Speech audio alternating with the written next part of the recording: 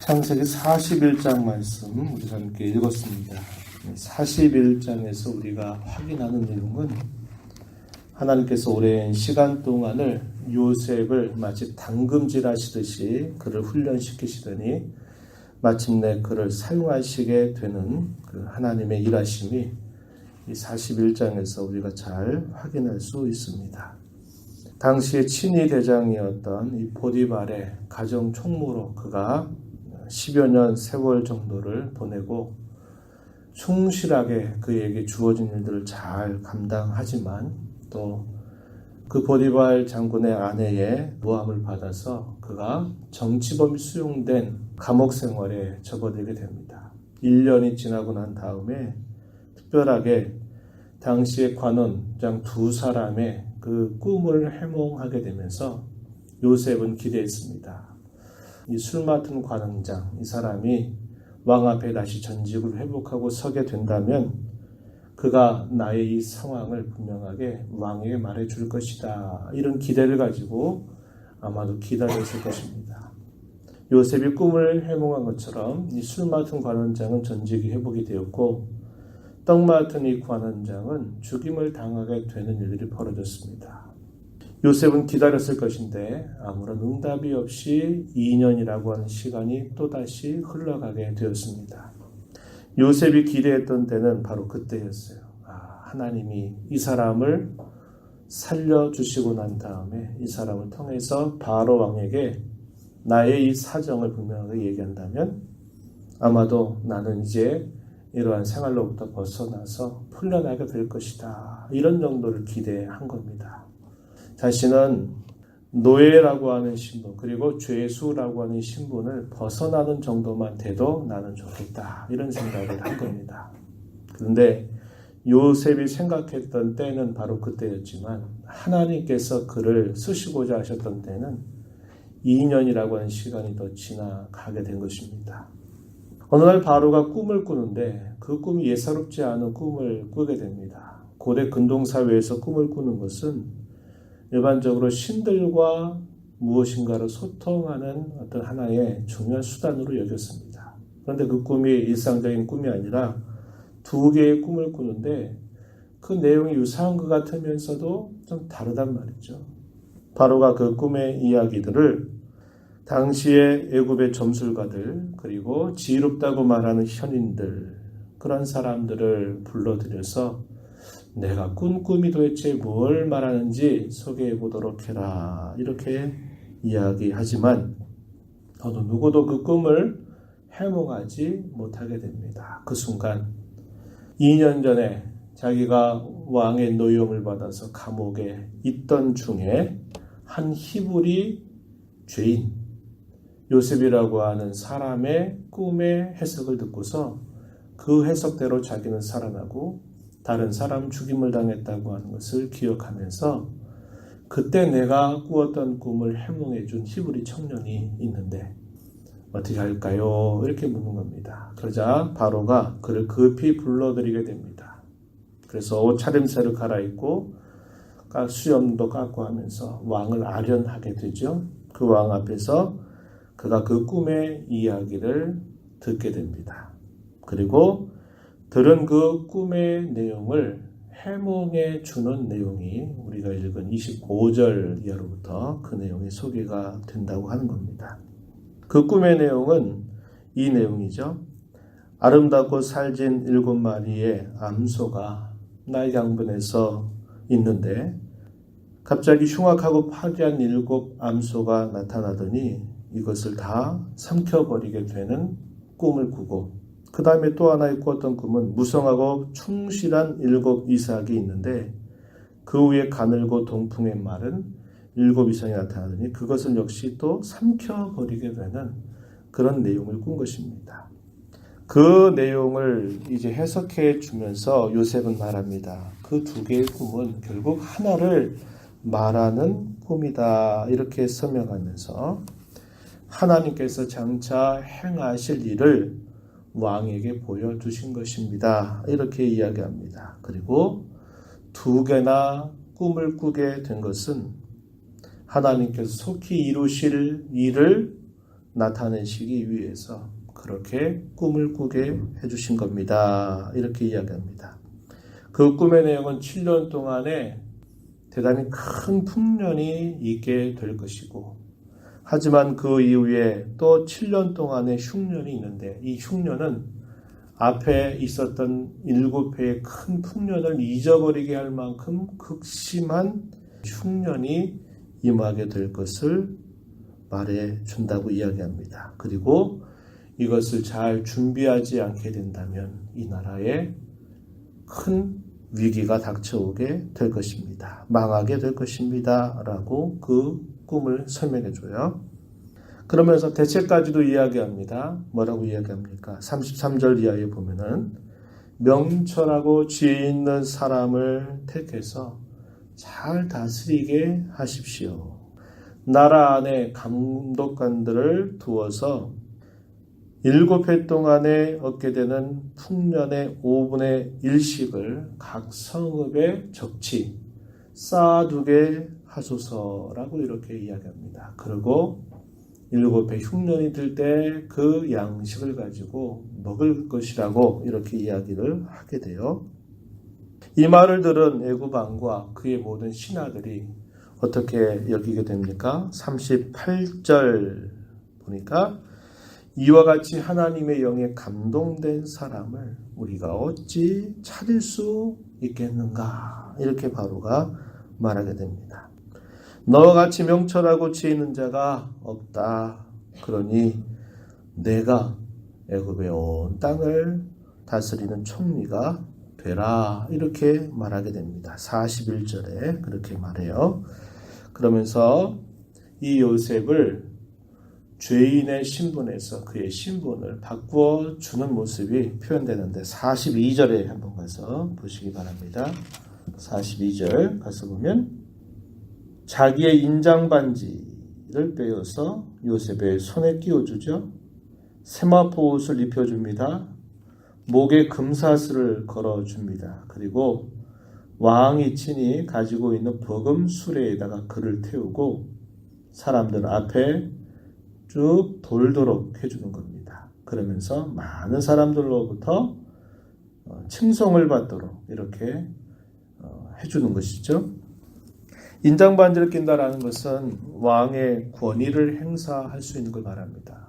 항상 어떤 왕의 문서들, 왕의 칙령들 이런 것들을 할 때는 왕이 가지고 있는 인장반지를 찍어서 그것이 왕이 한 것이라는 것을 보여준 겁니다.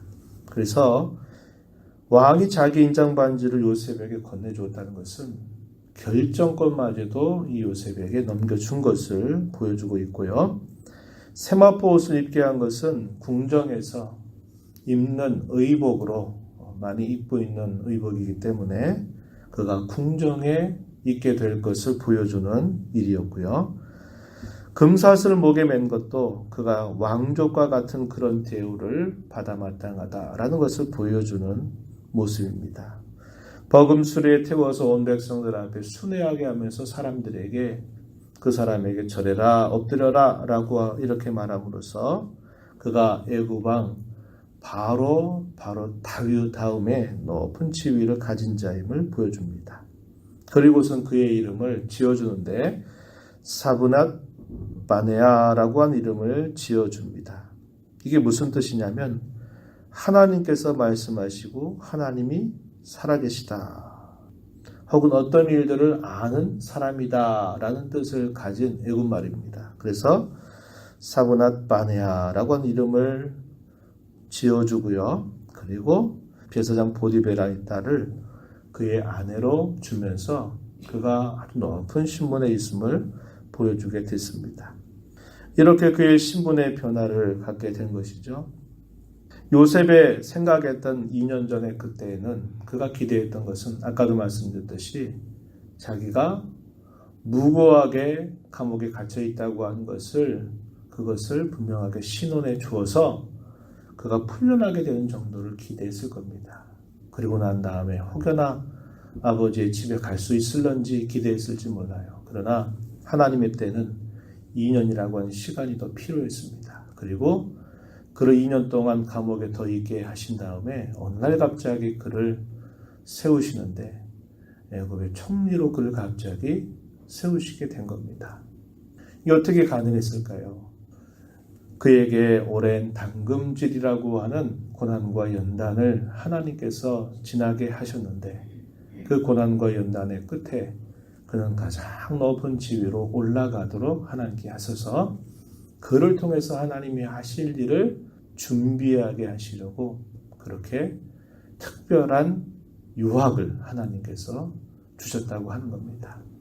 그가 만약에 정상적인 다른 방법으로 백날 천날 아무리 애를 쓴다고 해보세요. 당시에 큰 제국이었던 애굽 나라와 그와 무슨 상관이 있겠습니까?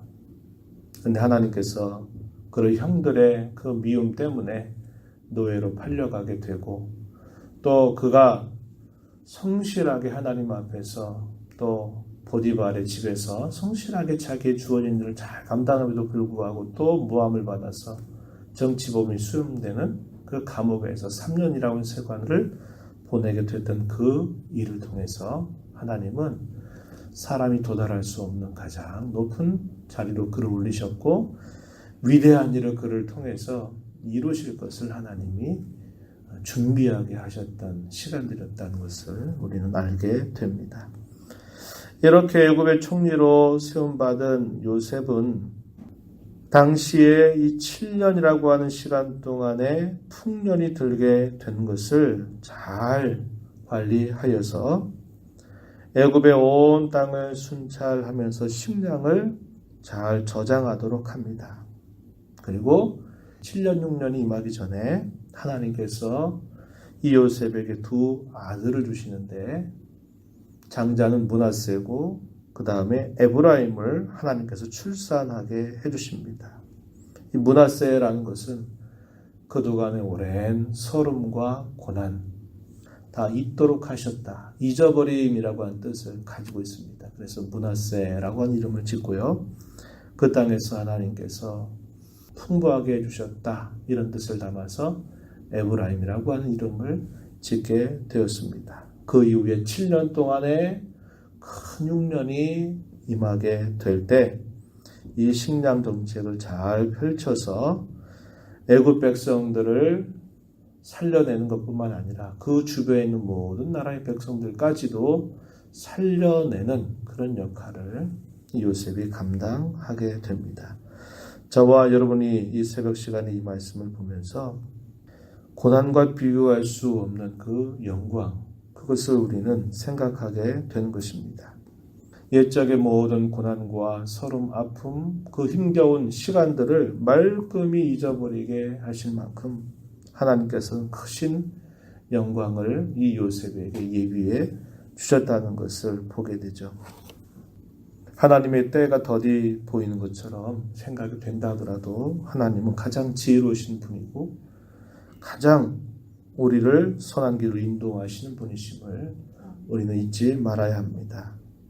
하나님 우리의 살아가는 삶 속에서 겪는 그 어떠한 일들도 그 하나도 버릴 것이 없도록 우리의 삶을 빚어가시고 우리의 길을 준비하시고 우리를 인도해 가시는 분이심을 우리가 신뢰하면서 고난이 없는 영광을 바라본다든지 인내가 없는 기쁨을 바라본다든지 이런 자세가 아니라 하나님의 섭리를 굳게 신뢰하면서 살아가는 삶의 순간순간들 하나님과 함께 살아가는 그 삶이 우리의 가장 복되고 귀한 삶인 줄 우리는 깨닫고 걸어가야 할 것입니다. 우리가 드렸던 찬송 397장은 그 내용을 우리에게 잘 보여주죠. 주 사랑 안에 살면 아무런 두려움이 없습니다. 라고 하는 그런 고백의 내용처럼 모든 일들 속에서 언제나 하나님을 신뢰하며 하나님의 뜻을 기다리며 우리의 삶을 빚어주실 그 하나님의 손길을 의지하며 살아가는 우리 모두가 되기를 축복합니다. 하나님 아버지, 이 새벽 시간에도 저희들을 일깨워 주셔서 주 앞에 서게 하시고 찬송을 드리며 또 말씀의 귀를 기울여 오늘도 하나님께서 저희들의 삶 속에 어떻게 일하시는지 하나님께서 어떻게 우리에게 무엇을 기대하시는지를 또다시 교훈받게 해주심을 감사합니다. 13년이라고 하는 오랜 담금질의 끝에 하나님께서는 이 요셉을 마침내 상상할 수 없는 높은 지위로 그를 이끌어 올리시고 그의 손길을 통해서 나라를 건지고 또 하나님의 백성들의 기틀을 마련하는 위대한 구원의 이야기를 그를 통해서 펼쳐가신 하나님의 손길을 살펴보게 됩니다. 고난이 없는 영광을 기대하거나 인내와 기다림이 없는 기쁨과 수확의 때를 바라보는 신앙 걸음이 아니라 하나님께서 언제나 약속하신 그 말씀을 붙들고 모든 일들 속에서 늘 하나님 앞에 살아가듯 성실하게 주님을 섬겨가는 삶을 힘써가는 저희들이 되도록 인도하여 주시옵소서.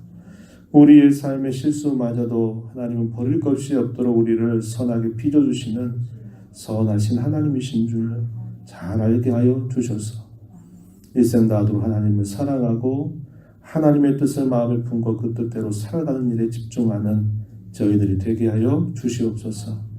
은혜의 보좌 변화와 간구하는 모든 심령들을 용납하시고 기도 가운데 하나님을 배웁게 하시고 음성 듣고 힘써 순종하는 복된 하루의 삶이 되게 하여 주시옵소서. 예수님 이름으로 간절히 기도하옵나이다. 아멘.